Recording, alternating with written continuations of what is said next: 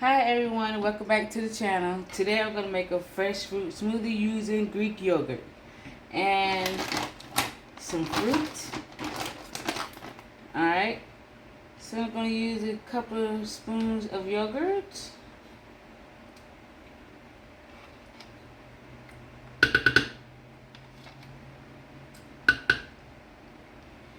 A whole banana. Cup of fruit, mixed fruit, and some honey.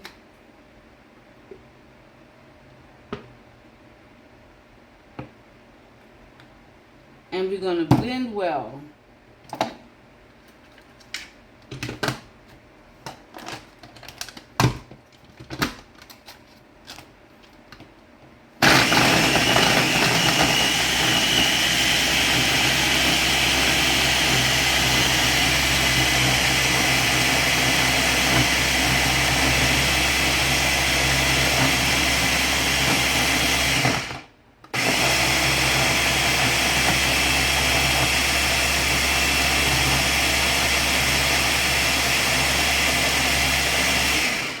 And with this, you can make as much or as little as you like, and you can use any kind of fruit you would like.